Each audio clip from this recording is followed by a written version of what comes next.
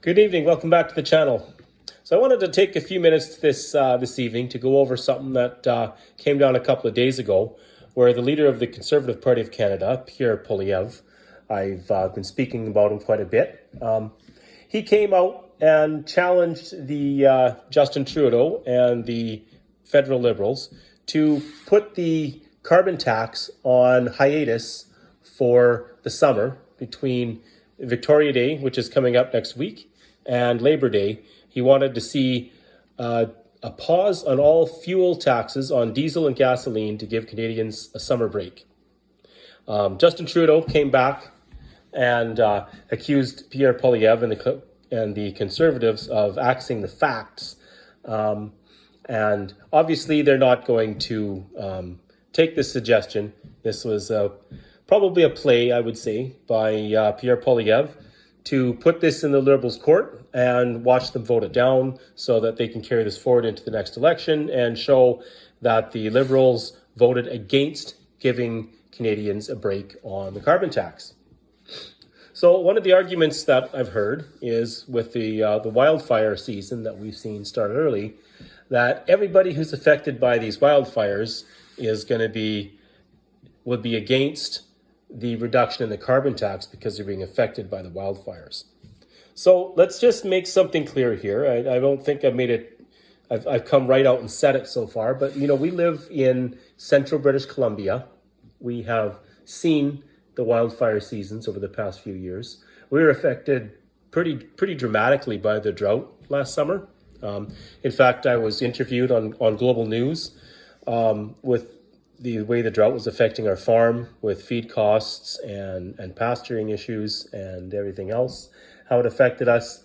And so, what I would say to you, Mr. Trudeau, is that those of us who are living in, say, the front lines of the battle against the climate, we're the ones that are here. And I don't think that you speak for us when you say that we all support your climate initiatives. Even those of us who potentially agree that there's something that needs to be done with the climate. One of the things, I had a comment on one of my videos where someone was saying that we needed to do something about that. We needed to spend a fat minute on the climate. My response to this person, I don't believe they're a subscriber. My response was, has the climate noticed the carbon tax? His reply back to me was, well, we're not trying to change the climate, we're trying to change people. And so everything that I've heard from the government, we're trying to change the climate. We're doing what we can to reduce emissions because we want to change the climate by changing people. But if we are admitting, which it seems to be that at least some people in the discourse over this subject, it sounds like we're admitting that we're not going to change the climate, but we'll settle for changing people. And I think that if you do some research and look into some of the climate science channels that I watch, I feel you need to listen to all sides if you really want to be educated on these topics. You'll find that there's a subset of the climate change, the pro climate change side, I guess you'd say, and I know that's really a bad way of describing them, but are of the belief that we've probably lost the fight and it's too far gone, and at this point nothing we do is going to change the spiral into climate Armageddon.